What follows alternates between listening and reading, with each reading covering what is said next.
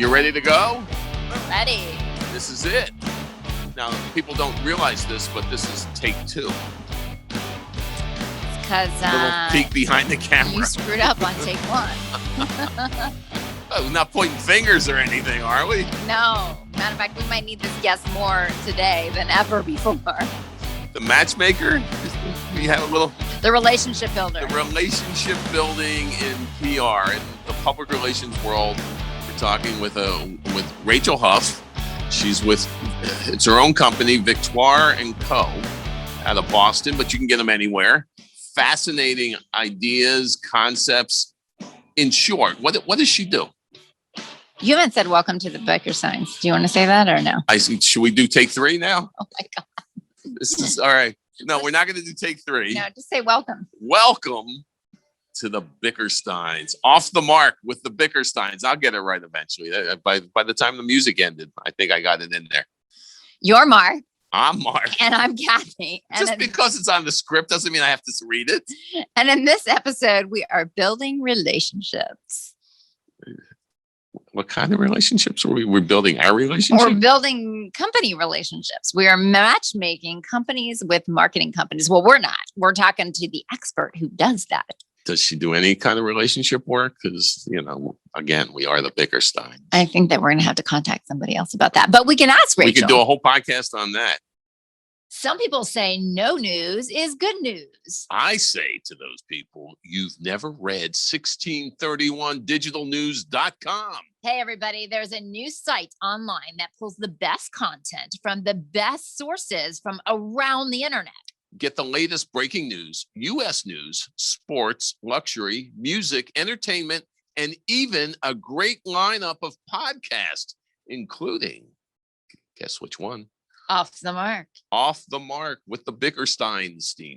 Check it out today at www.1631digitalnews.com. That's www.1631digitalnews.com. It's a great news site. It is. It's where we get all our news, or a lot of our news, most of our news, a good part of our news. I check it out first thing in the morning. And before you go to bed. All day. And before I go to bed. It's a 24/7 I'm going to go on it right now before our podcast in case I missed something. 1631. Check it out. 1631digitalnews.com. I'm going to push the record button now.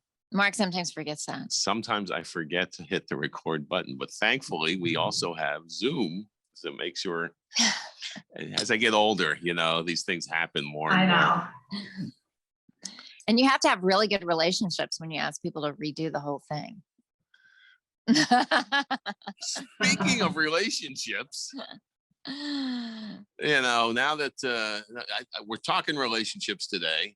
Yeah, I was wondering if this was an intervention with me. I don't think she's a therapist for us, but we can find out. I think Casey decided to do an intervention. But we're talking about building relationships, which is the key to public relations. It's one of the most fundamental parts of the industry. Yeah, without connections, stories would go nowhere, clients wouldn't get hits, and your publics would have no trust in your brand. So public relations expert Rachel Huff knows firsthand the importance of cultivating relationships. With more than 15 years of PR experience, Rachel has worked for medium and large size firms before taking a gamble and leaving her firm. Where do you get this? Was it a day, 2 days, a week before the world shut down? A week before the world shut down, Rachel said, I'm heading out there and I'm going to conquer this thing. And then COVID. Great timing, right? Da, da, da. At that note, welcome, Rachel. Thanks for being our guest today. We're really happy to talk to you. Thank you. I'm excited to be here. Yeah, my timing was not the best, but that's okay. It all worked out. It did work out, but and it's fascinating how they worked out for a lot of people in a weird way. Nobody was expecting it. But what happened?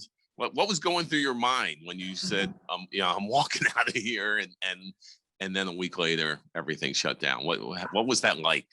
Yeah, so I spent my whole career, as you said, in agencies.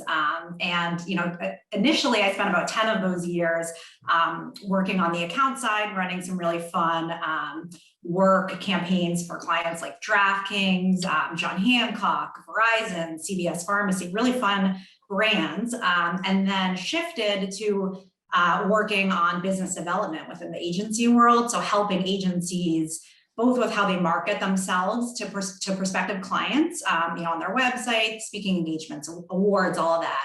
And then also how they're bringing in potential new clients. And I decided after doing that for a few years that it was really fun. I always loved working in the agency world, but that this was sort of, I felt there was an opportunity to do this for more agencies and to go out on my own and really focus my work both on agency business development, but then helping connect companies with the right agency partners. So that was the idea. And then, as you said, my timing was not ideal. My last day at my job that I had before going on my own was remote. So it was the first day that the company went remote was my last day there. So, oh my gosh. Interesting. And then timing. at the same time, you had to like probably start homeschooling, and I mean, were there other like family things that you're like, oh, not only am I trying to start my new business, but now my kids are home and I'm going to be a stay-at-home mom as well as a full-time company CEO. Yes, you hit the nail on the head. So yeah, I have 2 kids. I have a daughter who's 4 and a son who's now 1.5. So he was 6 months at the time. And we went from, my husband and I both working full-time, having full-time childcare, to I'm a stay-at-home mom now, which I mean, I'm sort of what you would call the accidental stay-at-home mom. That was by no means something that I would have chosen for myself. After doing it for a year, I have so much respect for the stay-at-home moms out there. I'm not cut out for it. But yeah, so I had to sort of go from, this notion of I was going to focus full-time my efforts on starting my business to, okay, I'm dealing with the kids, but I do want to continue with this and I don't want to put this aside for a year. So I spent, I've been doing this for the past year and I've done it as much time as I've been able to find for it. And then I officially announced my business, Victoire Co, and made things official a couple months ago. And now I'm really off and running. So what is Victoire and Co? Good question. So I consider it, I sit really at the intersection of great companies and then great agencies. So, there's a lot of companies out there, I think particularly, and this is something I've learned over the past year, in light of everything that's happened, I think a lot of companies, some of their marketing plans have been put on hold. And then they realize, like, we're in it for the long haul. We have to get our story out there. We can't just stop talking about ourselves. So I think there's actually ended up being more demand for PR and various marketing communications needs, because companies realize there's so much going on. They have to figure out a way to break through the clutter. So I help companies of all sizes, smaller companies, Fortune 500s. I help them with identifying who are the right partners, agencies, in some cases, maybe it's a consultant, really a single practitioner, to help them with, all of their marketing and communications needs. And I help really figure out what is it that they're looking for. It could be, maybe they just need some, PR, they need to get some great media results, or it could be they have content marketing, influencer marketing, other needs, and I figure out the right partner for them. And then on the flip side, I work with agencies to help them with how they're marketing themselves so that they're attracting the right types of companies that they're best suited for. So you're basically a matchmaker of like, and what goes into that? Like, because relationships, and so we find, I mean, having a good relationship with your client and vice versa, the business having a great relationship with their vendor, I guess that really starts in the beginning. And that's where I guess you try to pair them up. Can you tell me why that's such a key, important first step, that you get that right, that the right fit between the client and the vendor or the agency is so important? And do people get it wrong a lot? Yes, I think people get it wrong so often. And I found myself in this role, in this position when I was in the agency world, and there would be a really enticing, a company would come to us and say, we have this big budget, we have, we think you're a great fit for us. It would be so enticing that we would pursue the work because, it was adding to the company's top line. But what would end up happening is we didn't necessarily assess whether it was the right fit for us as the agency. And you end up putting so much time and, you put your best people on the business, on the agency side, you really, you waste a lot of time and a lot of money on an opportunity that's not the right fit. And, vice versa for the company, if you bring in a partner, I like to say partner, but if you bring them in and they're not a partner to you, and it's not, as you use the matchmaking analogy, if it's not just a good fit and the relationship doesn't set off on the right foot, you waste so much time and money, and it's not going to work out for anyone. So I do think it's super important to really take a step back when you realize that on the company side, if you realize that you have a need for let's say a PR partner, to take a step back and really think through what are the qualities that you want in a partner, so that you get it right the first time. And that's my role, is making sure that it becomes a long-lasting relationship. It's not someone who's gonna, blow through your budget, let's say in the first 6 months of working with you. Mm-hmm. And I guess, that the key, like you said, is a partnership, because when you look at something like public relations or whatever for a company, you should really think longer term. And yes, you could have a new drug launch or something, and you're like, I just need PR for these 3 months, or a new opening or something like that. But it's really, you got to think of it in a longer term relationship to really be successful, a longer term effort and commitment. I think so. Yeah. And I've been talking a lot more to consultants these days, because I think something interesting has happened. I was kind of alluding to this. I think something interesting has happened over the past year. I think so many more companies have realized the value of PR, and they've been wanting to hire PR agencies, that agencies have also raised their minimums of what it takes to work with them. So I think there's become this opportunity for smaller agencies, or for perhaps consultants, to offer their services. And I think consultants, sometimes there is a need for somebody for, let's say, a year engagement. Like, you're looking for something very specific and you just need somebody to get you through that year. And there are people who are going to suit that need, but you need to know going into it what you're looking for, or it's not, it's just like any relationship. All right. So wait, where do I sign up? Did you email me the contract yet? Or we'll get to that in a second. Yeah. Well, do we talk about that on the air, We'll talk or after wait this. till the end of the Off the air. podcast? So one of the things, Rachel, We'll keep interviewing her as if we're kind of doing it for ourselves. Oh, yeah. Then, there we go. Wink, wink, nod, nod. So Rachel, one of the things that I think that a lot of people don't realize when they look at agencies and marketing companies, right? There's marketing companies. First of all, I find that a lot of people don't really understand marketing, public relations, and they don't understand the differences. And that you really, if you want PR, then you should get with a company that's very strong in news, in PR. If you want marketing, those things are different.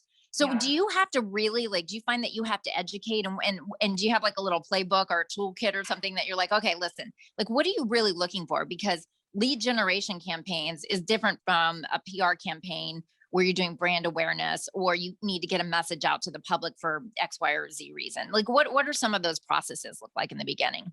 That's such a good point. Yeah, I almost feel like I'm a translator. I kind of translate between the company and the agency, and they are often speaking very different languages. So yeah, I think it's a lot of listening on my part, because a company may come to me and say, we're looking for, we need a big agency to do X, Y, Z. And then by the end of it, like I said, maybe I end up helping them hire a consultant, or a 10-person agency who's the perfect fit in something completely different from what they thought they needed. So there is a lot of that translation that happens. I have always thought throughout my career in PR, I think it comes down ultimately not only to the communications goals, but what are the company's business goals? So, going there, you were talking about lead generation. Like you say, that's a very different thing. A lead gen campaign is going to look very different from, maybe thought leadership, or, there's all different things, activities that you can do and strategies that you can employ, but you have to have the business goals really, that should be the beginning of the conversation. What are we trying to achieve for our business? And that's where it's all about. I keep saying, take a step back. I always want to say, let's put on the brakes for a moment and let's just pause and have a conversation about this before we start running after what you think you're looking for. Yeah, that's the question I would always be having the hard time with, or look, the checkbook's out, they're writing the check. Yeah, and you're telling me to break up with them before we even get started. How does that go over, and how do you tell them that?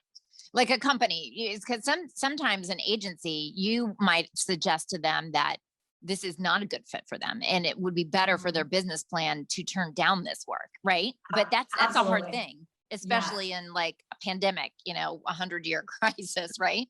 100%. That is, I've had that hard conversation so many times throughout, especially the past few years when I've been focusing on business development. I think that one of the most important things that an agency can do is to filter the opportunities that they get. So you talk about like the process. One of the first things I would do with an agency is I work with them on developing this checklist, this filter that you need to go through when any opportunity comes your way. And it's looking at things from the agency side. It's looking at things like, obviously, like does the minimum budget suit the type of work, the amount of work that we're going to need to do for this? Do we have the manpower? Can we quickly staff up our team so that we have the right people with the right expertise? Are we going to get the results are we able to get the results that they're looking for? Do we think that our team is going to be excited to do this work? Is this potentially award-winning work that's going to push us forward? Or is this more of like the day in, day out type of work that we, of course, know we can do, but are our people going to get excited about this? I think there's a lot of, those are just examples of some of the questions, but there's a lot of things that agencies need to think about before they jump out of business, because I've been in that situation so many times where there was a flashy, shiny object out there and we wanted to go for it. And then you find yourself at like the 3-month mark where the client's saying, where are our results? And you weren't listening to them, that really they just wanted like hits within the first 3 months. And maybe you weren't the story, they didn't have a story to tell. Yeah, I find that is, we'll tell people, listen, we know reporters, and you have relationships with reporters. I can get somebody from the Today Show to call me back. But they're just because they're a friend of mine, that doesn't mean they're going to do a story. They may, be faster to turn me down, that's because I'm a friend of mine. That's setting expectations and explaining to, it's all, but you talk about running after shining objects. Isn't it all shiny and new and fresh and great at the beginning anyway? It is, but I think what's going to suit you best is to find a relationship that is going to last long term, and it's that trust. Like you said, setting expectations and being able to sometimes push back. It doesn't mean you have to outright say no to an opportunity. Maybe it's an opportunity for you to educate the potential client and say, this is what you think you're looking for, but actually, we can help you better with this. And we think this is actually what's going to help your company and your business goals the most. I think another thing, this is sort of an offshoot of what we're talking about, but another thing that's important is not just to focus on those new relationships and potential new relationships, but also to think about the existing relationships that you have. And I think I've seen a lot of agencies spend a ton of time on chasing after new business, and perhaps not as much time on their existing clients and nurturing their existing client relationships. And honestly, there's a lot of opportunity that you can get if you have great relationships with your existing clients. So, opportunities for organic growth, selling in new projects to them, new capabilities that you have. Of course, you want to be doing day in, day out, doing great work for your clients. That's a given. But thinking about maybe going a little bit above and beyond. I think a lot of times what happens when you're pursuing a new piece of business is you put the whole team on it and you put together a great plan for them and a great strategy, and you do a competitive audit, and you look at the trends that are out there, and you do all of this work to win a new client. Shouldn't you be doing those same things for your existing clients, and maybe make that like an annual exercise, maybe where you say, we're gonna look at these things once a year for you. And perhaps, it has to be you have a business to run, but perhaps we give you some of that work for free because you're really important to us and we want to nurture this relationship and make sure that we keep you happy over the years. Yeah. So tell me a little bit about relationships. Like when you talk to a company and you talk about, this is the type of relationship that you should have with your agency. So Mhm. what expectations should you set for the company? I mean, because really, it's with the company who's hiring an agency, not only do they really need to understand that, they need to think of them as an extension of themselves, Mhm. right? Or as almost their internal team. But then they also have to realize that they have to participate and collaborate. It's not like this Totally. agency is out here somewhere and then they can function on their own separately. So do you recommend, like, when you pick your agency, you should think about, monthly meetings and strategy brainstorming, or like what kind of expectations do you set with the company to make sure that there's a good fit, and then they understand their participation is so Yeah. crucial, and if they are too busy to participate, they're not really going to get their money's worth. I completely agree. That's such a good question and such a good point.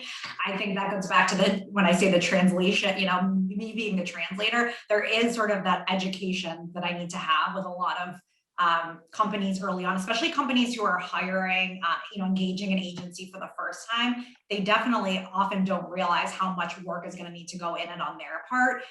I think it's really about the first few months are really crucial. That's usually where, it takes the most work on both sides to really get to know each other, to really hone what's the story that we're telling, what's our positioning, what are our goals, our business goals, our communication goals. But there needs to be a lot of, in the olden days, let's say a year and a half ago, that was a lot of in-person time. Hopefully we'll get back there, and we're starting to get back there.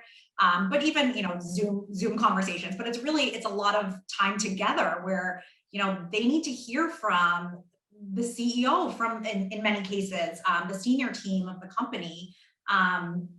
You need to educate your agency to do good work for you. I think I think there is often this expectation that it's sort of like you give them, it's a brain dump. You just give them some materials, you give them, here's a product that we want you to pitch, go, and they're just going to be off and running. And that's not going to work for anybody, because they're not, they need, like you say, they need to be a partner in your business. Thanks for listening to Off the Mark with the Bickersteins. We are talking with president and founder of Victoire Co, Rachel Huff. Is there times when you're telling a company, you know what, I'm looking at your stuff. I know you're ready to get going. You want me to match you with an agency, but you're not ready. Here's a to-do list of things. Your website is not ready for prime time. If you bring clients there, you're going to get a bounce rate that's insane. So do you have to also sometimes, break up with the client and tell them they're just not ready yet? I guess maybe you consult with them and help them get ready. Yes, this does happen. And I think this often comes about as I'm asking them, like I'm interviewing the company as I'm trying to understand what their needs are. And sometimes what happens is the questions that I'm asking them, they don't know the answers to the questions, or they realize they're not in a place yet. And I say to them, like, these are the kinds of things that any agency is going to ask you for on day one. So if you're not ready to answer these questions, I'm glad that we're having this conversation, because they're sure going to ask you for it. So you don't want to engage with someone and sign a contract until you know that you're ready for them. So yeah, I have been in that situation before. But there are also, there are folks like consultants, or, there are people who maybe are the right fit for them, in a temporary capacity, to help get them ready for the point where they can have, a more full service agency who can be out there telling their story. Conversely, how do you know when it's a good fit? What's it feel like? When the stars align and everything comes together, and you're like, this was, This made is a in the stars perfect above. marriage. How do you, what does that feel like, and how do you know when it's about to happen? Yeah, I think it gets back to the idea of the relationship. So it's about the people. And I think, you can think that you're looking for things, the budget needs to be a fit. They have to have the right expertise. They have to have done this for similar companies. Like there's certain very tangible things that a company knows that they're looking for when they're looking to hire outside help. But there's this intangible chemistry that I think needs to happen. And it is, unfortunately, it's a lot harder in the Zoom world. It's a lot of that is like the magic in the meeting, the small talk between the pitch presentation, between the slides that are being shown in the presentation that's happening. But it can still happen on Zoom. And I think it's about it's really about connecting, and you can see that they're starting to ask the right questions and have more of a dialogue. I think, when you see those presentations, like the pitch presentations that are just clicking through the deck and talking at the client, I know it's not going to be a fit, because, and if they're not having an opportunity to ask questions, it's too formal. I don't think anybody wants that. They're signing up for the team. They want to know that they have a team that they connect with who gets their business. And that's when I start seeing that dialogue, that back and forth, I know that it's, it's going to be successful. But isn't there also a learning curve involved? I mean, where they may not be the best fit initially, but they can work at it and come to some point where it is working together, where they are a good team, or you don't buy into the learning curve? I think there's a learning curve as far as getting to know the business, but I think they do. I think if you're bringing in an outside expert, they should be an expert. You should feel confident that they're going to be able to deliver on what you're looking for.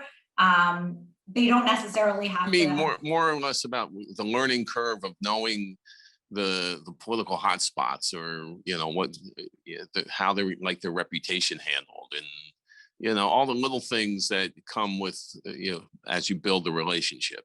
Yeah, of course. I do think that's Kathy, you had said, like, thinking about your agency partner as an extension of your team. I think that's really important. It's teamwork. It's getting to know each other so that exactly, like, this is a message that we need to get this message in every story. It's critical to the CEO of the company. He really wants to see this message always coming through, or this is a topic that's totally hands off. We can't be engaging in conversations about this.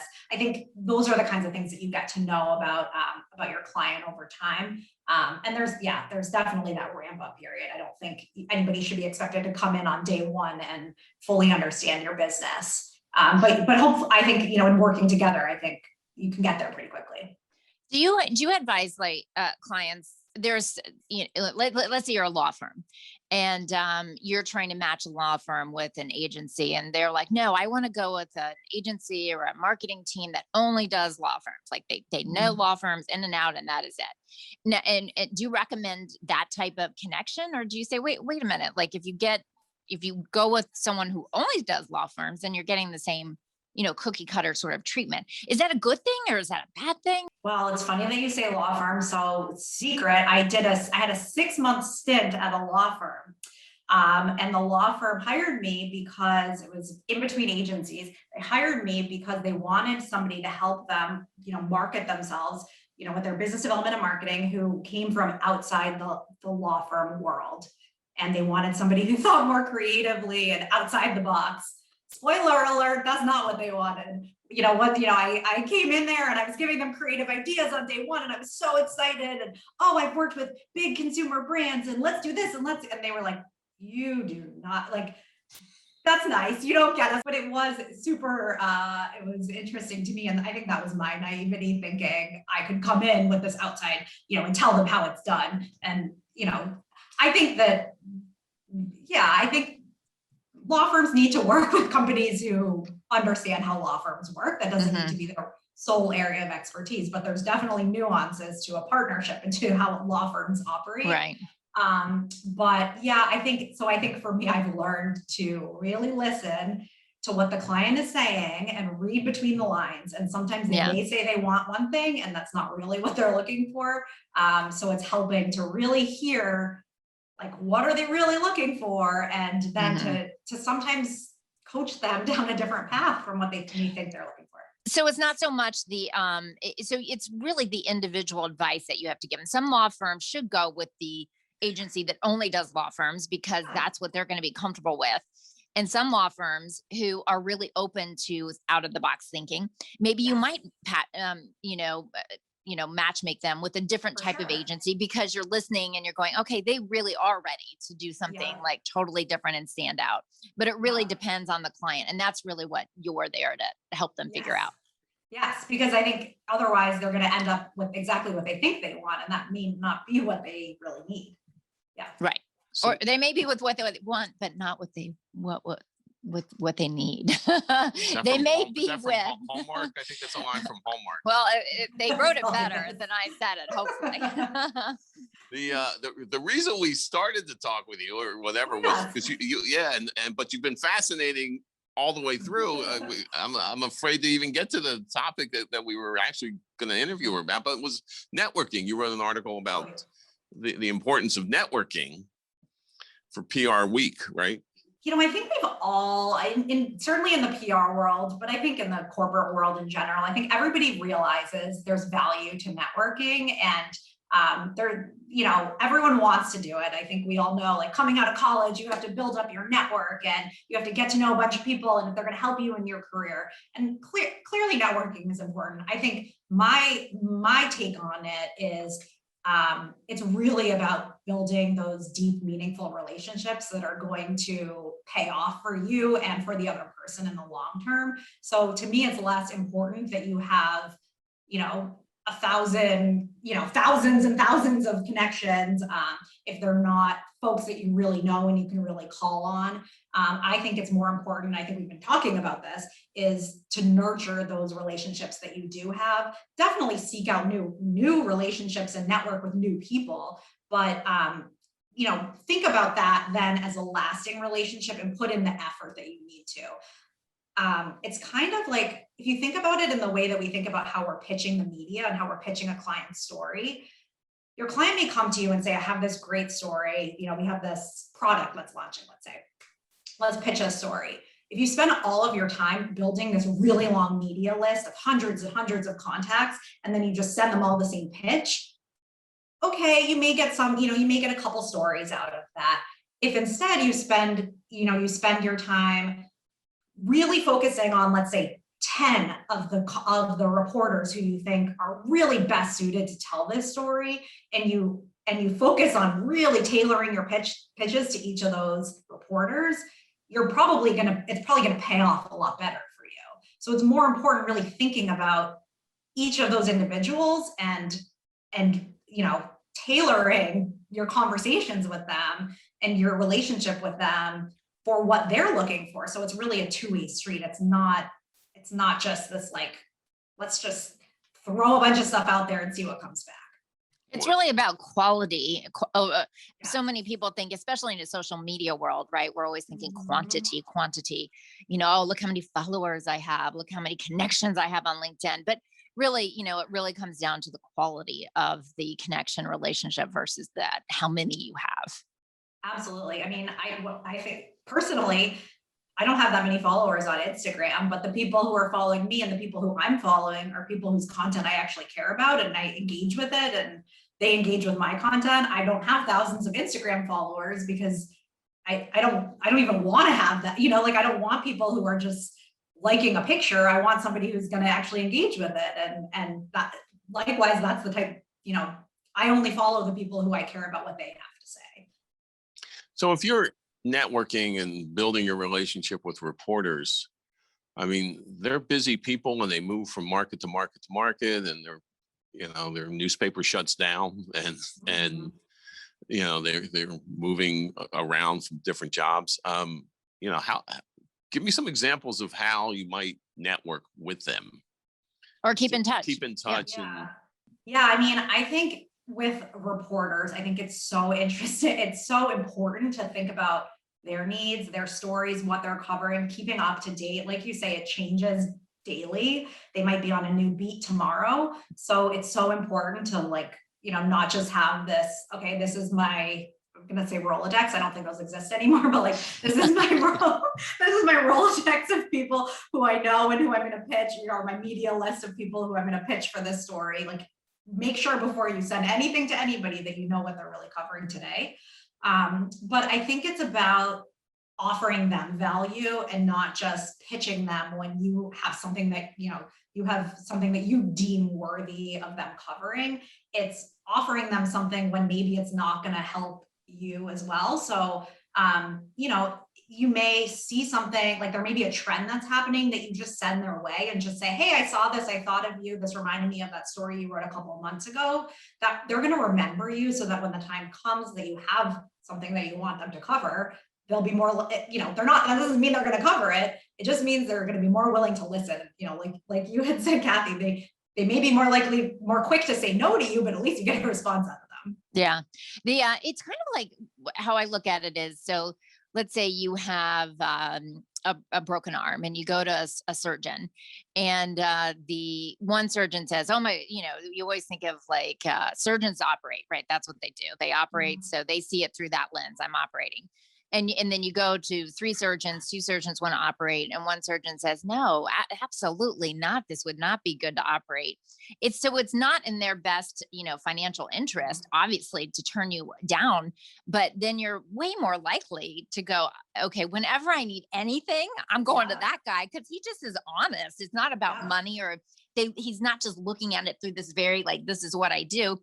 He looks at it from a broader perspective. So it's the same kind of concept. Like, you want people to turn you down. If you turn down people, or if agencies turn down people because you're not ready yet, then you actually are building more credibility with your potential client. Maybe they'll come back to you in 10 years from now. Agree. Yeah. And more likely to spread the word and tell others about the surgeon or about the agency or that person. Yeah. Agreed. When you talk about networking though, I mean, now that the world is opening up, are we talking about going back to networking events and, you know, you know, what do they call it when you're just handing out your business card to everybody? Oh yeah. And I mean, I can't, and we recommend some of these events to clients, and you know, they come back to us and say they rather have pins in their eyes. That's an actual quote from a few clients. So, you know, how do you balance that? Where is it useful? How do you make it useful? I'm dying to be out there networking or just seeing people again. I know I'm not dying to hand my business card. You're like, I'm just talking to the grocery store clerk just to say hi to them and have a meaningful conversation. Elmo, she's got Elmo on with the 1.5-year-old. Yeah, it's true. Yeah, we are in the Elmo phase. But no, I mean, I was never the person at those networking events who was like going around the room saying, "Here's my business card. Here's where," you know, trying to. You know, we talk about quality over quantity. I was never the person, and I don't, you know, not that I don't think highly of that person, but that's not my style, at least, to go around and talk to as many people as you can get to and have these like 1-minute conversations with each of those people. I would much rather pick a couple people in the room, a few people in the room, and have more meaningful conversations with them. I had one situation where a woman came up to me at an event. It was a breakfast event. I was having my like 3rd cup of coffee of the day, but I really needed that cup of coffee. So I was standing at a table for a moment, and this woman came up to me and just started chatting with me. And I started a conversation with her, and it was totally, you know, just a nice conversation. And it turns out she was the CMO of a huge global bank, who happened to be someone from her company was the one presenting at this breakfast event. And she was like, the new CMO, you would never have thought it if you saw her, but we just engaged in this conversation. And I left that event being like, oh, I'm so happy I was chatting with this person, and not, you know, and took the time to have the conversation with this stranger, and not, you know, just handing out my business card to, you know, 200 people. And then, okay, so 200 people don't have my business card. What's that going to get me?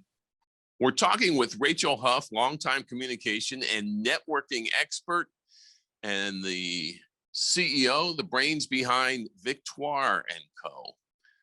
So you go into these events with a strategy. Yeah, I think strategy to make connections, not like a strategy to meet, you know, I'm going to meet 25 people. It's like, I'm just going to have conversations with like, hopefully as many people as I can, connections. Yeah. No, it's about, the value of the conversations that you are having. I mean, I'm not saying stand in a corner, and I mean, I wasn't planning to stand drinking my coffee the whole event. I think you do need to be having conversations with people and engaging in conversation.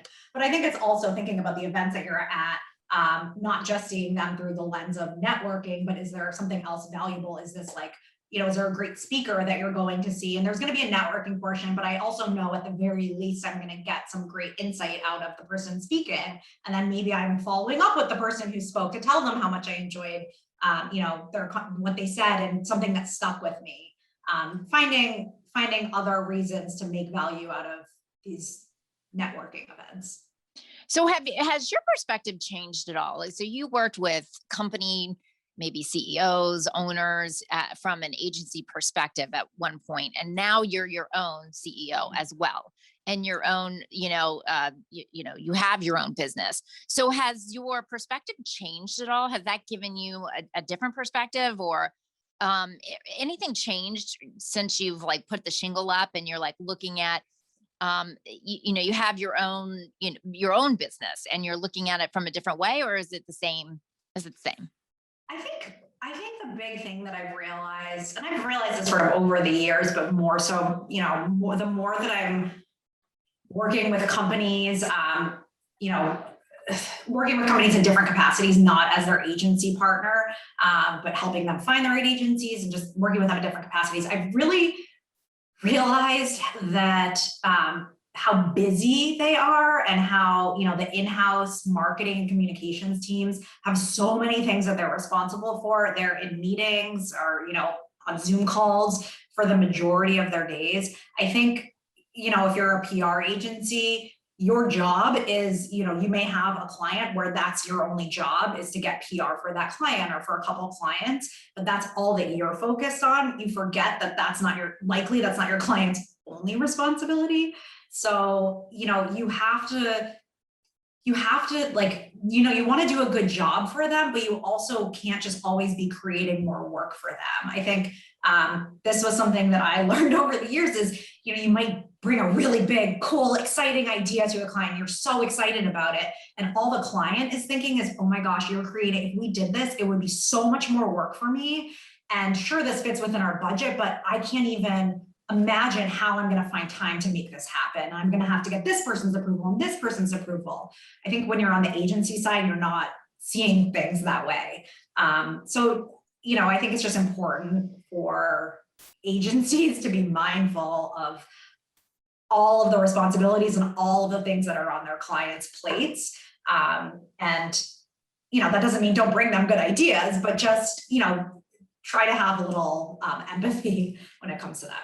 That's a really great perspective. And I don't think a lot of people realize that how busy business owners really are. Like and if you give them a lot of like homework assignments because you need it for them, you're like, no, they're not going to fill out this paper. So I'm going to make a phone call with them. I'm going to talk to them for 10 minutes, and then I'm just going to get a download as they're going from meeting A to meeting B.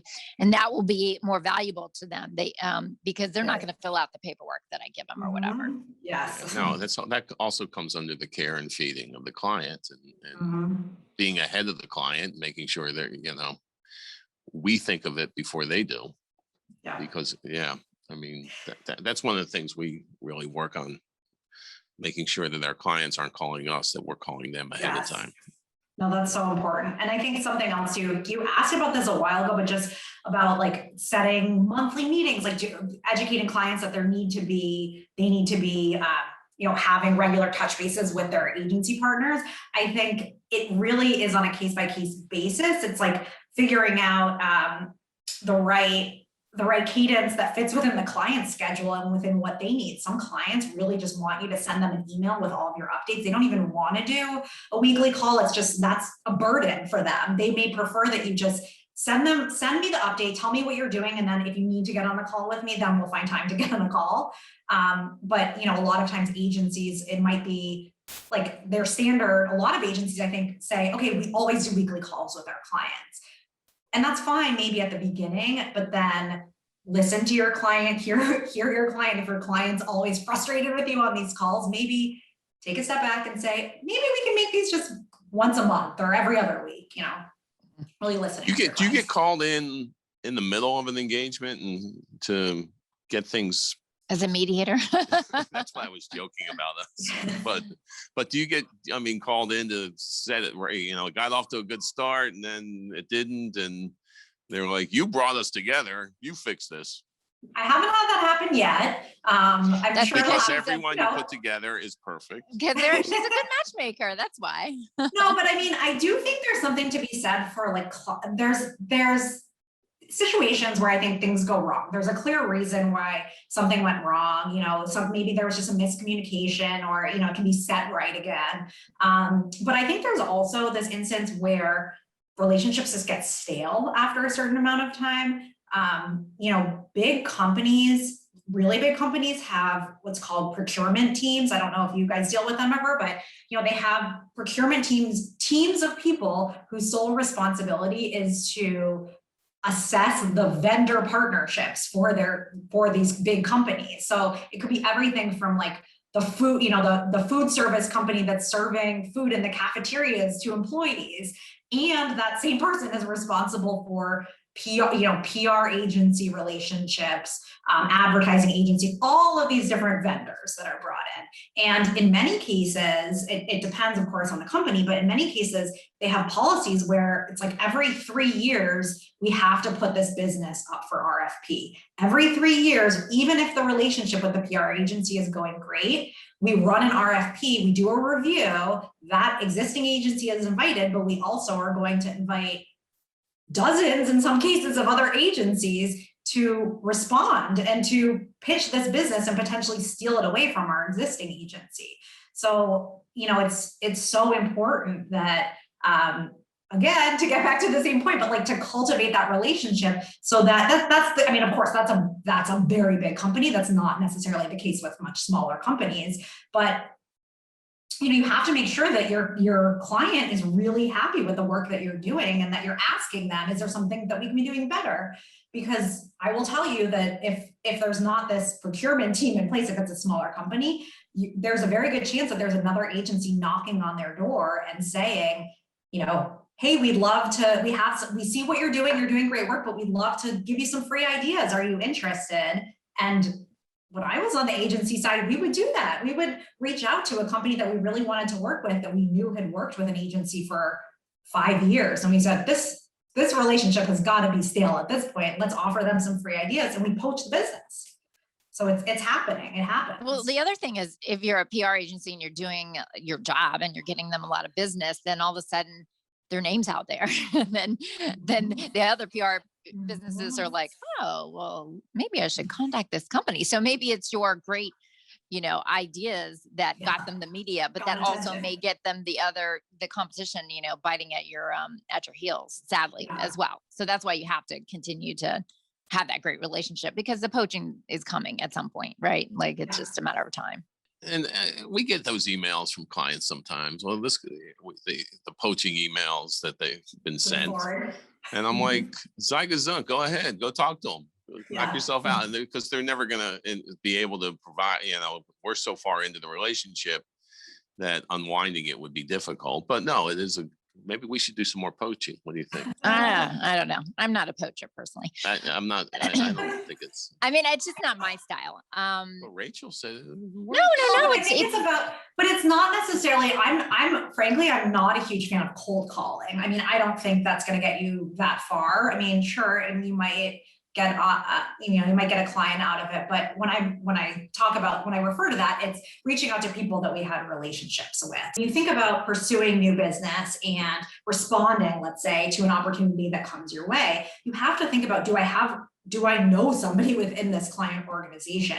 Do I have a relationship? Because, you know, you need to have somebody on, you know, you're going to be best suited to work with somebody when you have a little bit of intel on the inside, when you know about their business, you have some of that inside information. If you're putting together a proposal for them, in the instance of like the big RFPs that I was talking about, where the incumbent agency is invited to respond, that incumbent agency has upper hand because they've been working with this company for many years. They know so much more about them than an outside partner. On the other hand, the outside partner, like this outside agency, is like the flashy object that may have some really fun, creative ideas. They're probably, you know, in some cases, they may not be built in business strategy because they don't know the business really well. So it's just, you know, it's just kind of finding that balance. Yeah. And I think it's a great business strategy. It's just, you know, or, you know, like to go after clients, like you see them in the news and you're like, oh, do you have an agency? I mean, I've done that before, where I'm like, hey, I read an article. Do you have an agency that you're happy with? And if you do, great, awesome. If you're looking for an agency, I think you have an amazing story to tell.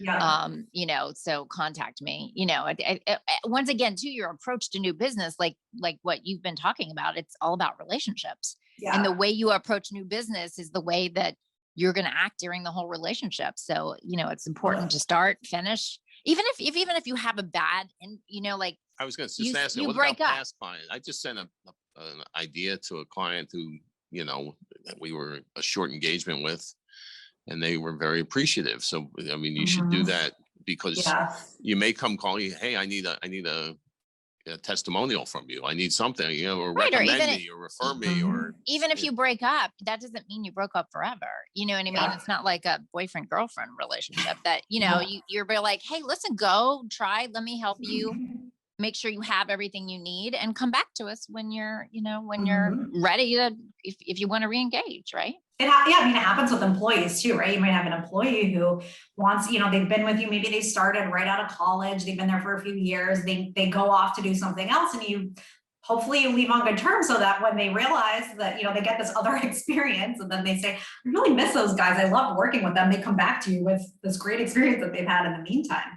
By the way, I mean, I've had this happen where on the agency side, we lost a really great, we pitched, we thought we did an awesome job. They went for another agency. We were like, beside ourselves. It was horrible. It was, emotionally draining. We were devastated. And then 3 months later, they called us back and they said, oh my gosh, we went with this other agency and they were not the fit. And we keep thinking that we loved your team and we wanted to work with you. Can we work with you? That happens. And so I think it's, so you don't also want to like burn the bridge when they say no to you. You don't flip out at them. Obviously, you maybe keep sending them articles and find excuses to stay in touch with them and wish them well and wish them good luck. And then, when you have that story, say, hey, I know you're working with someone else, but this is a great story idea. I'm sure, I'm just sending it along for whatever, if you haven't seen this before or whatever.